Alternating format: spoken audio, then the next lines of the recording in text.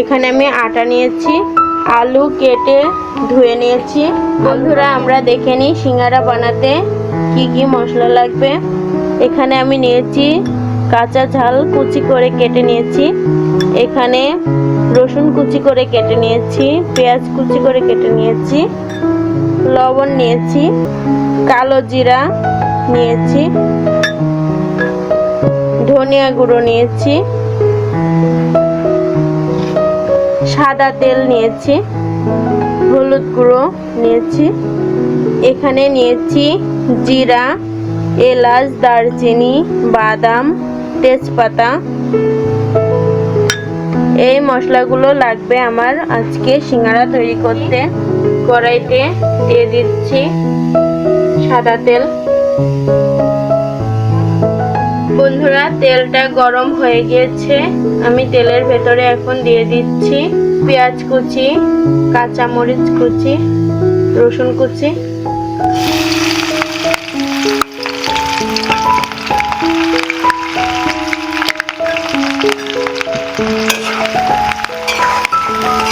নেড়ে হালকা করে ভেজে নেব।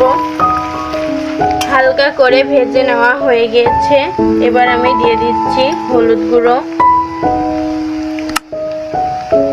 1 চা চামচ, ধনিয়া গুঁড়ো 1 চা চামচ, কালো জিরা অল্প,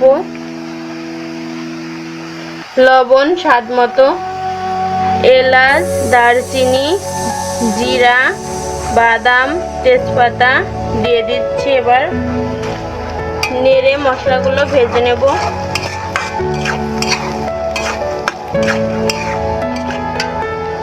মশলাগুলোকে ভাজা হয়ে গিয়েছে, এবার আমি দিয়ে দিচ্ছি ধুয়ে রাখা আলুগুলোকে।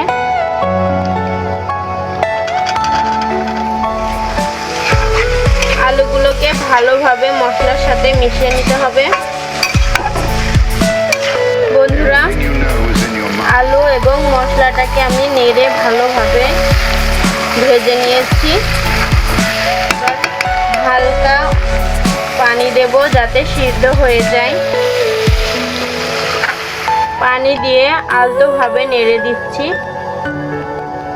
সিদ্ধ করার জন্য ঢেকে দিচ্ছি।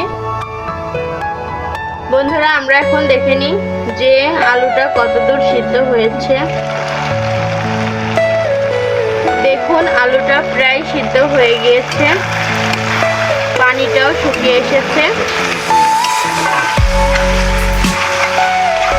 আলুটা হয়ে গিয়েছে, এখন আমি আলুটাকে নামিয়ে নেব।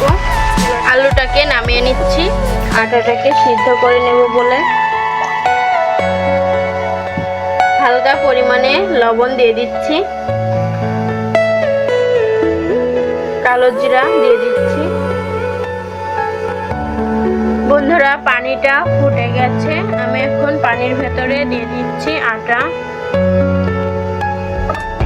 আটাটা দেওয়া হয়ে গিয়েছে, আমি আটাটাকে ভালোভাবে নেড়ে চেড়ে পানির সাথে মিশিয়ে নিচ্ছি।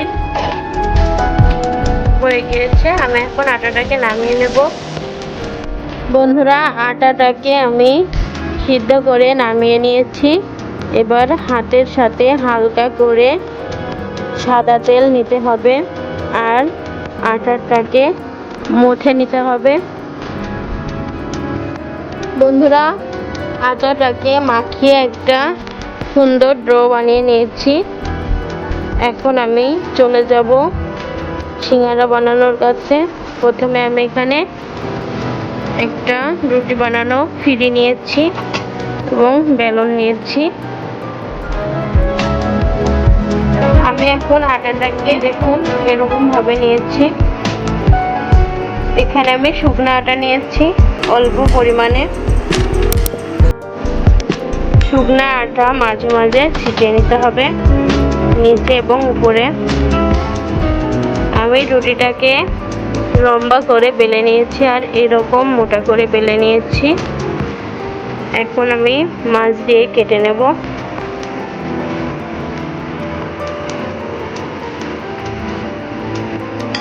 কেটে নেওয়া হয়ে গিয়েছে।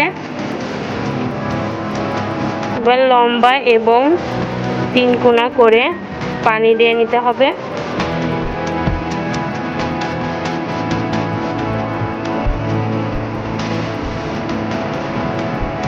পানিটা দিয়ে নিয়েছি, মুখটা মেরে নেব যেন খুলে না যায়।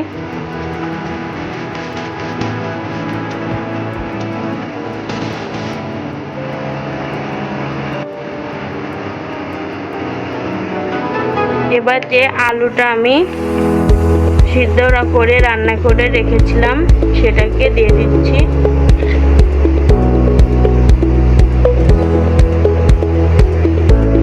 আলুটা একদম সিঙ্গারাতে পুরে দিতে হবে।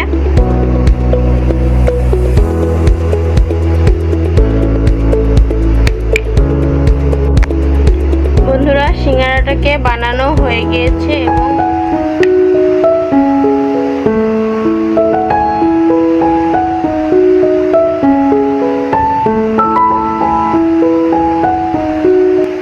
ভালোভাবে মুখটা মারবেন যাতে খুলে না যায়।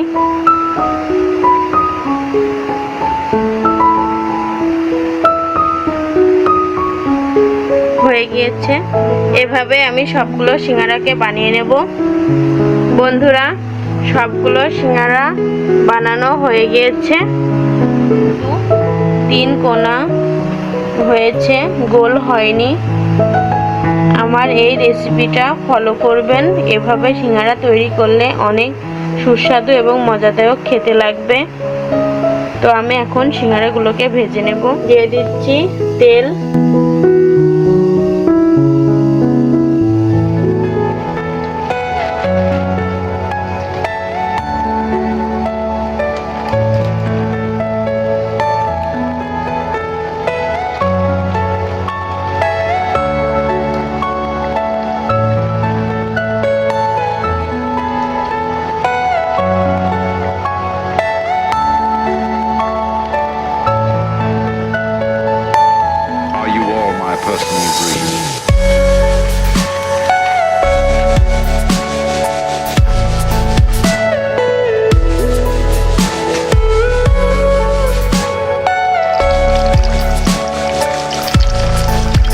সিঙ্গারাগুলো ভাজা হয়ে গিয়েছে।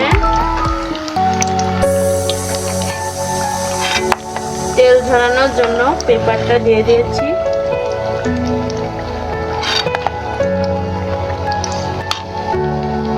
অবশ্যই একটু কালার করে ভাজবেন, নইলে ভিতরে কাঁচা কাঁচা থাকবে।